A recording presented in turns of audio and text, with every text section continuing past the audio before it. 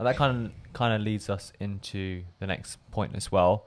The fact that we enter into agreement as well with the lyrics that we're saying, the lyrics that we're singing and speaking to each other. And it's like those examples that we spoke about as well with the songs that we listed. There's even songs like Daft Punk, Get Lucky, things like that. You know, I was singing that day and night for What does that song say? I actually years. don't know.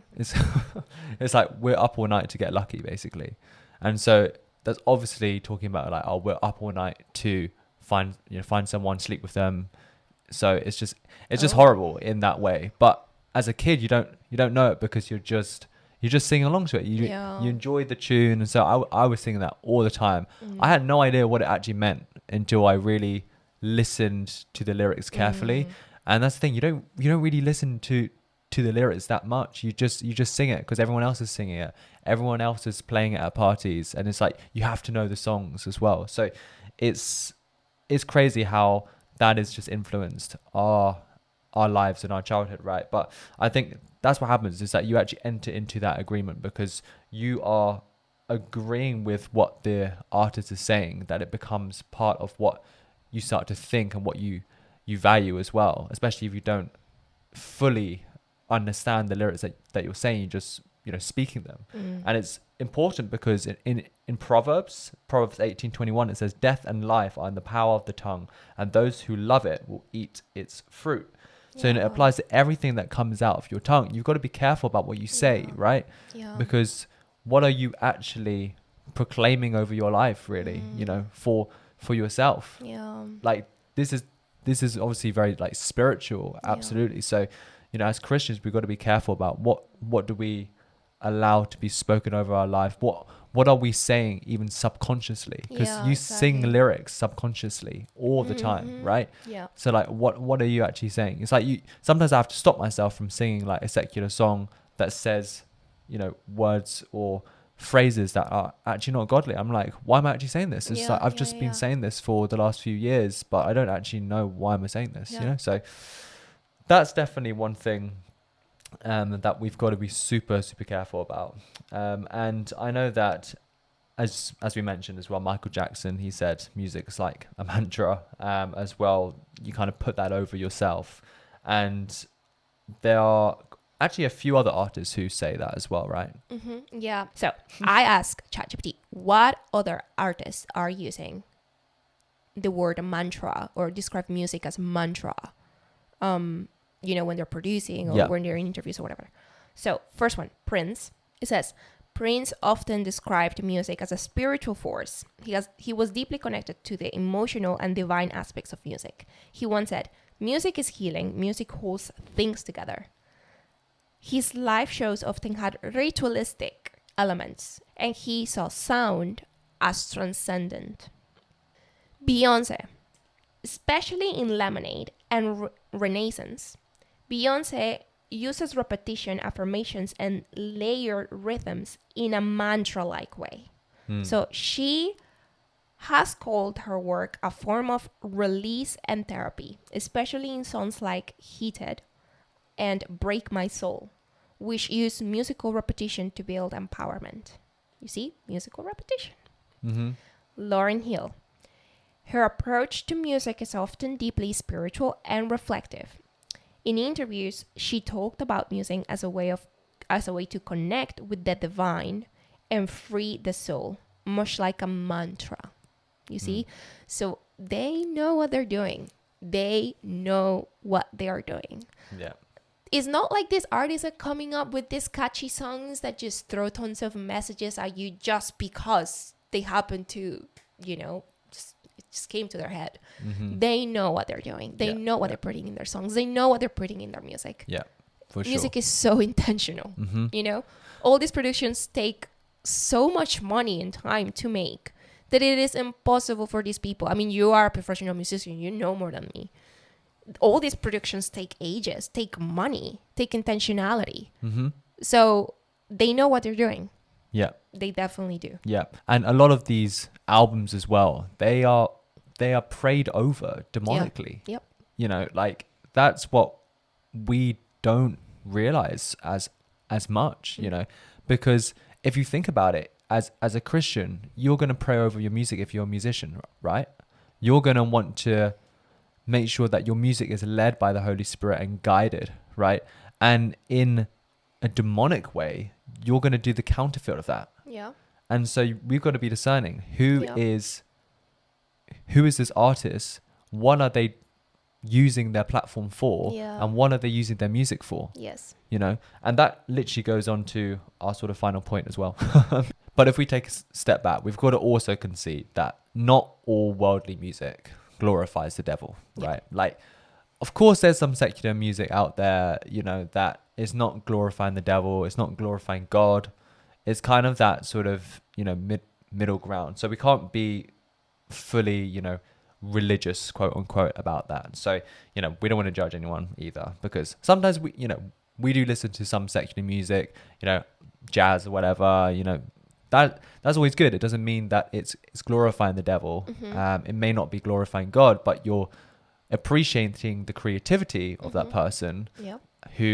and that creativity has been given by God, right? Yeah. So we've got to just be discerning about it. And that's the Yes, thing. We yes. have to be discerning about what music we listen to, where it comes from. That is the most important thing, right? So you got to research the artist. You got to make sure that the lyrics that they're saying, are they actually lining up with what you believe in? Mm-hmm. Are they actually lyrics that you agree with? Mm-hmm. So I think you know a lot about this as well in terms of why it's important to pray for discernment with these type of songs. Well, as in like knowing intellectually, I don't, but I know by experience, just because I personally quit worldly music, pretty much for good. Well, about like a year and a half ago, and I think you did the same as well. We did it around the same time. Mm-hmm. After we got married, we were like, oh, let's ditch all secular music. And Because we're such good Christians, you know what I mean? well, joking, it's I'm because joking, we relax. felt convicted. Actually, Yeah, we that's just true. felt like, oh, and the more I was just getting to know God, I was just like, I just don't. This music is annoying me. Like it is honestly jarring. So I was just like praying, and the Lord was like, yeah, it's time for you to sacrifice all that secular music, because that is just not, you know, helping us here, daughter. It's not. So I had to just ditch it. But to be honest, thank God for me, it wasn't such like a heavy sacrifice, just because I was in the mindset of doing it already anyways. I was just kind of like tired of it. But I know for you as well, it's different. It might have cost you a little bit more, but we can touch on that later. But my point is, we have to pray for discernment. We have to pray for discernment of what we're listening to, even if it's worship music as well. We just have to pray for discernment, because what Daniel said, when music isn't glorifying God and isn't directly glorifying the enemy, it is likely glorifying our flesh. And what happens when music glorifies our flesh? The dangers of constantly feeding your flesh is that whatever strengthens your flesh will weaken your spirit. So what is a common factor, because I was in this group of people as well before I quit worldly music, is that Christians that mainly listen to secular music tend to feel distant from God more often. Yeah. They struggle to hear his voice. They struggle to discern God's voice. And they have a hard time praying and obeying him. So this is because what is coming out of your mouth and what you are doing and believing are not connected. There is a disconnection. There is a discrepancy in what you're doing, in what you're saying, in what you're believing. And what we mentioned before, what comes out of your mouth and what you entertain, you give entrance to. I think Lisa Bibir is the one who said this. Whatever you entertain, you enter in agreement with. And that is so true. Because if you're entertaining secular music, yet you are a Christian, you are anyways entertaining sin. And you are entertaining all these fleshy or demonic things, if anything. And then at the same time, you're going to church and you're trying to pray and you're trying to connect with God. So there is going to be a constant battle. That is what happens when a Christian listens to worldly music. So this is why it's so important to pray, because we don't want to be listening to things that are strengthening our flesh, because the battle is against our flesh and against our enemy. So we don't want to be sleeping with the enemy and we don't want to be dining with the enemy when we are trying to defeat it. We are trying to crucify our flesh. We're trying to nail our flesh to the cross, right? Not to embrace it and hug it. So when is music glorifying our flesh? So most worldly music is throwing at us messages of greed, materialism, unforgiveness, male hate, and all those things are food for the flesh, right? All those things are fleshy things, are worldly things. When we mean flesh, we are saying human nature, Sinful human nature type of things. So we don't want to be feeding our flesh with all that, because again, we're going to strengthen our flesh, weaken our spirit, and who's going to win there? We know. So it is also important as well to pray for discernment over the music we listen to, because even though some songs seem safe to hear, to listen, some artists, what Daniel said, chant things in lyrics and in music, in melodies. So we need to pray for discernment. It's not like, oh, this seems safe, I'm going to go and listen to it. No, because you don't know if the person that produced that song is a witch. You don't know if that person that produced that song is a Satanist. You have no idea. The only way how you can figure out is by praying and asking God discernment. And it's not like he's going to tell you, yes, that person's a witch. Yes, that person's a Satanist. He's going to put a feeling on you. I mean, if he tells you, great. I mean, that'll be amazing. Because I feel like he has done that to me with certain artists. It's like, oh, that she's definitely a witch. Yeah. But with some others, it's like, that's why we just don't entertain it. Stay clear of it, really. Yeah. You know, because we remove that possibility of that even happening. Yeah. Right. Yeah. And I know you have quite a few examples as well of where that's happened, right? Yes. So here's where the conspiracy theories are going to come in. I'm joking. I mean, this is not a conspiracy theory. This is like pretty obvious. So if you want to believe it, great. If not, then fool yourself. Abracadabra by Lady Gaga. This song, she said, the song is a spell, literally. So the word abracadabra means I will create as I speak. The word abracadabra in itself is already very witchy, right? It's not because we've seen it in Disney, abracadabra, no. But it's because it means I will create as I speak. So this will activate as I speak. Whatever I've chanted on this song will create as I speak, right? She herself, Lady Gaga, said, the song, it's a spell, and actually is very famous on TikTok. There's been like a lot of like viral movements of witches, actually people, Gen Zs that are into witchcraft, that do witchcraft, saying this song is a spell. This song is actually witchcraft, right? And it comes from witches as well. So, you know, if they say it, then it must be true. Yeah. Ariana Grande, she confessed in interviews and in other places that she is a witch, that she can read the horoscopes, that she can, I don't know, do all this witchy stuff. Can you do a tarot card reading for me? Oh my God, I wish I brought them. Yeah, what is that? What are you just walking around set looking to do readings Every for people? day. No, they come to me. Oh, interesting. They come to me. You are a witch? I am indeed. The witchiest witch. Something happened recently that I've learned. I don't know. I sit somewhere between being a literal witch, I'm not kidding, and being like the most realistic, cut, dry, like. So now we know. Ariana Grande is a witch. Why would you go and watch Witch It? Like, Witch It? Is that musical that she did? With like the Green Witch, and like she's like the fairy witch or whatever. But why will a Christian go and do that? Like, I know it seems appealing. I know it seems entertainment. But remember what the Bible says. Not everything you can do. You have the right to do everything, but not everything is beneficial for you. Not everything Yeah, is beneficial yeah. for you. So that's when we have to operate in discernment. It's like, yes, it looks cool and everyone is watching it and everyone is entertaining it, but should I go? Should I join them? I don't think so, because Ariana Grande is a witch. Just don't go and watch things that a witch is producing, because that is not wise. Yeah, if you've got hesitations about whether to do something that you're not sure if that lines up biblically, just don't do it. Like that is the thing. Our goal as Christians is to get as close to God as possible, not as close to the world as possible. Exactly. So we want to be running as close as we can to God and away from the world, right?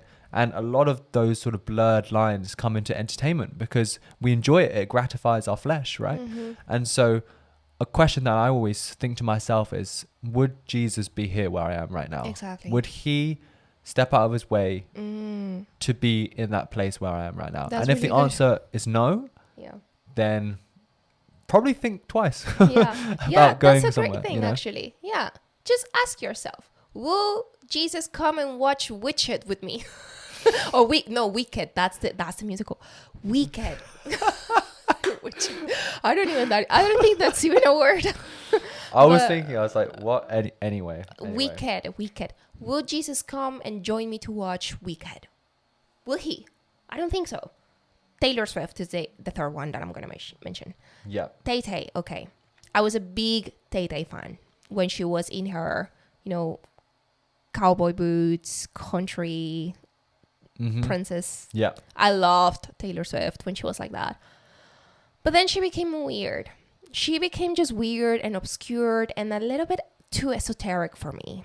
And I'm going to say, because I felt this so strongly in my spirit, I'm going to say potentially Taylor Swift, if she's not a witch, she's very involved in witchcraft. And I'm saying it because I've seen it in the beginning of her Eras tour. She was doing some sort of like very dark presentations and stuff, and people will say, oh, that is art. But when art looks exactly like witchcraft rituals, I don't think it's only art. It's definitely something else.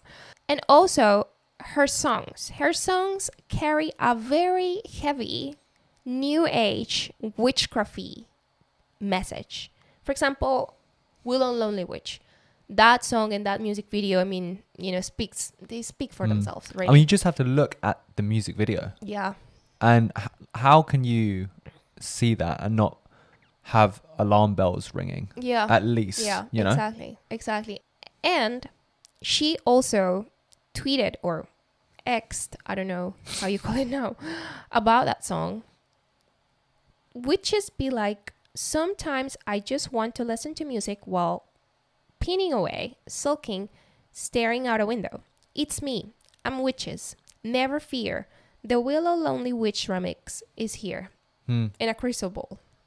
I'm like, I mean, even if she's joking, she's telling us that she's embracing witchcraft. Even if she's not a witch herself, she is in agreement with witchcraft.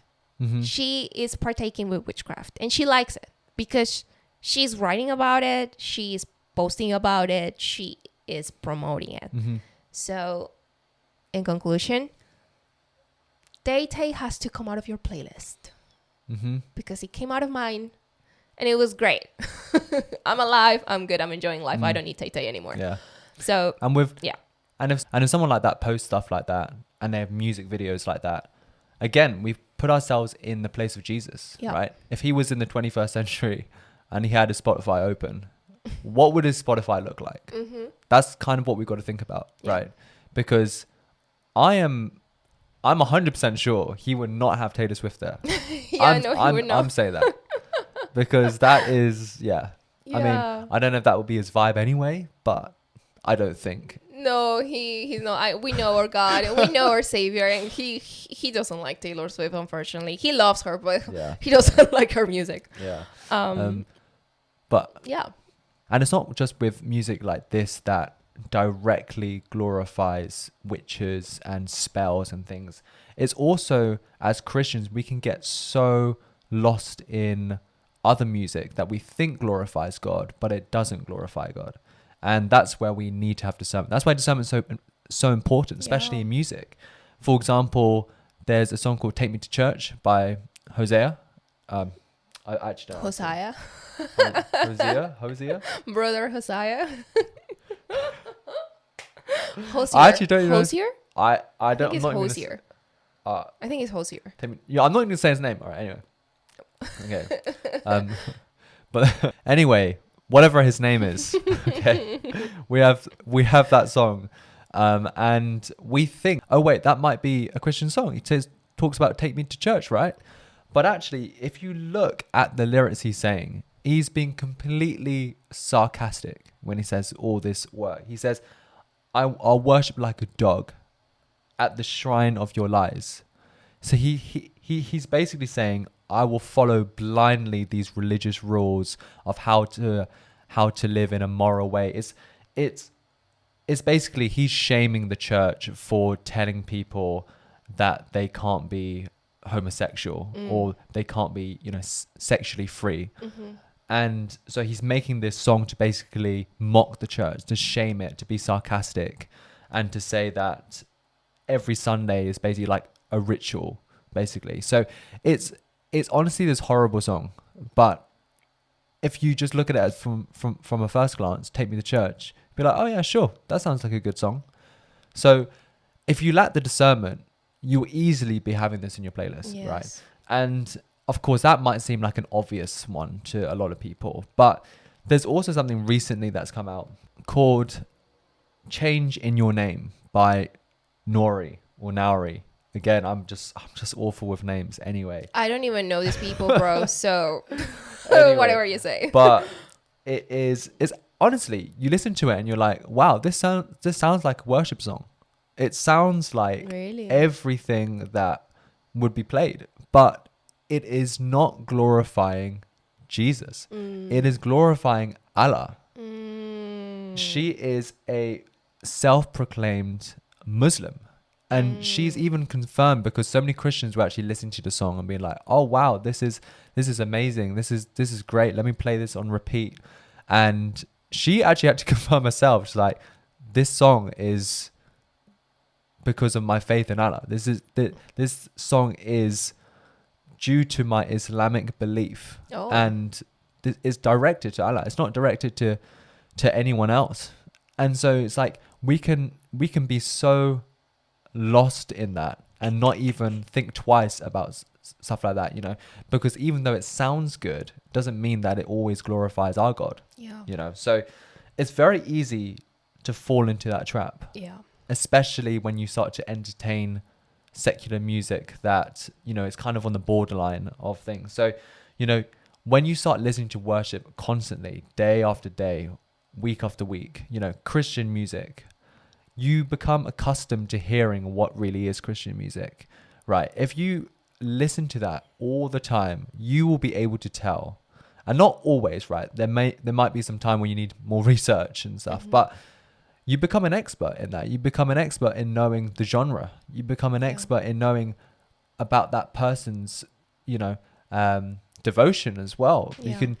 You can tell when a song really glorifies God. So having that discernment from cutting out all that secular music, cutting out all the music that glorifies the devil, glorifies even your flesh sometimes, can just help your hearing of the Lord and help your worship to God as well. So that was just another example that I think was just so important as well to that's really to include. relevant. That is really good.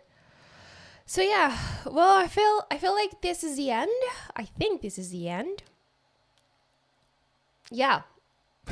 Yes. We hope you don't listen to secular music anymore.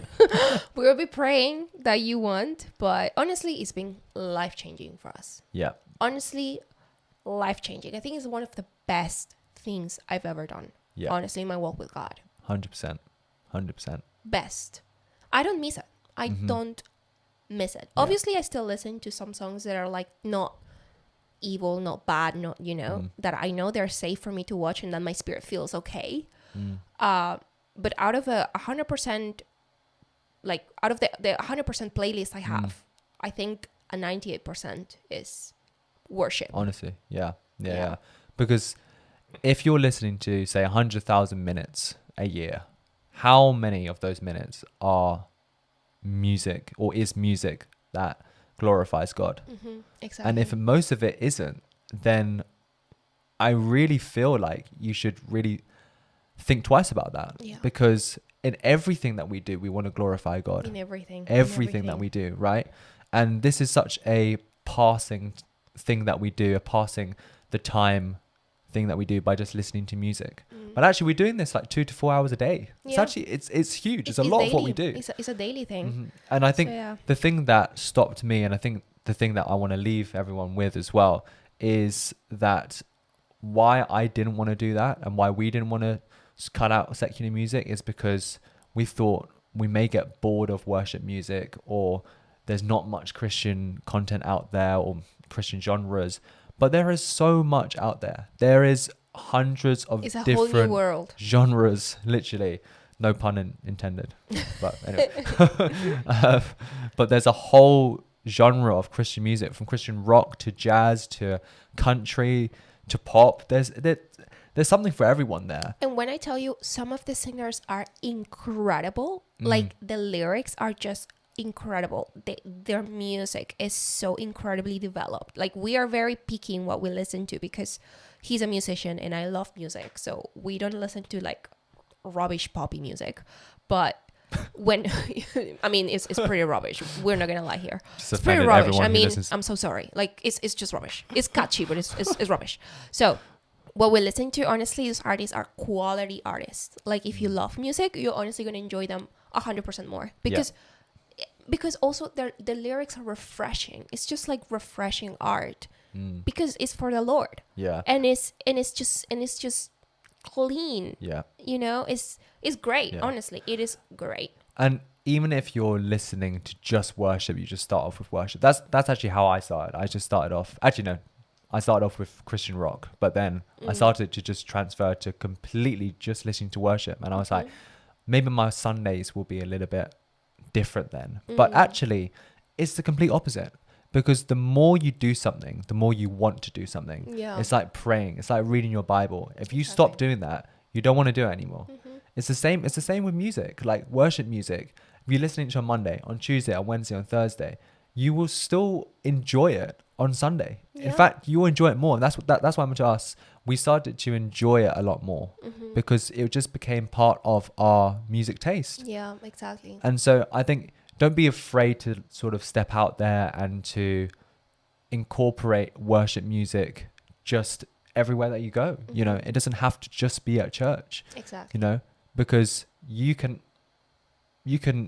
easily allow that into your playlist, allow that into your home, and to just have that as part of your go-to music. There's nothing to be, you know, ashamed about. I felt like, you know, ashamed of having that in my playlist because it won't be something that's, you know, up to date or whatever. But that's who we're called to be. We're called to be different from the world. And you start to actually divert yourself from certain conversations with other people because you don't listen to that music anymore. And they see that you're different and they ask like, oh, why don't you listen to this? And that's another way that you can evangelize people. So Yeah. it's opens up more opportunities to Yeah. glorify God, not just for you, but in the lives of others.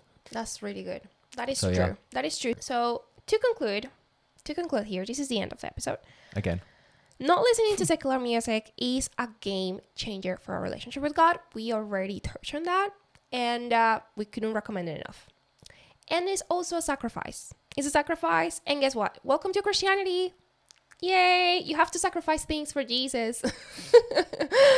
You have to. And it is the whole point of Christianity, right? Is sacrificial love. And a sacrifice is not only, you know, stop drinking, stop sleeping around, or stop doing, you know, the things and the sins that you used to do. It's also what you listen to, what you hear, what you entertain, right? We have to sacrifice it all for him. That sacrificed it all for us. So in Luke 5:10-11 says, and so also were James and John, sons of Zebedee, who were partners with Simon. And Jesus said to Simon, "Do not be afraid. From now on you will be catching men."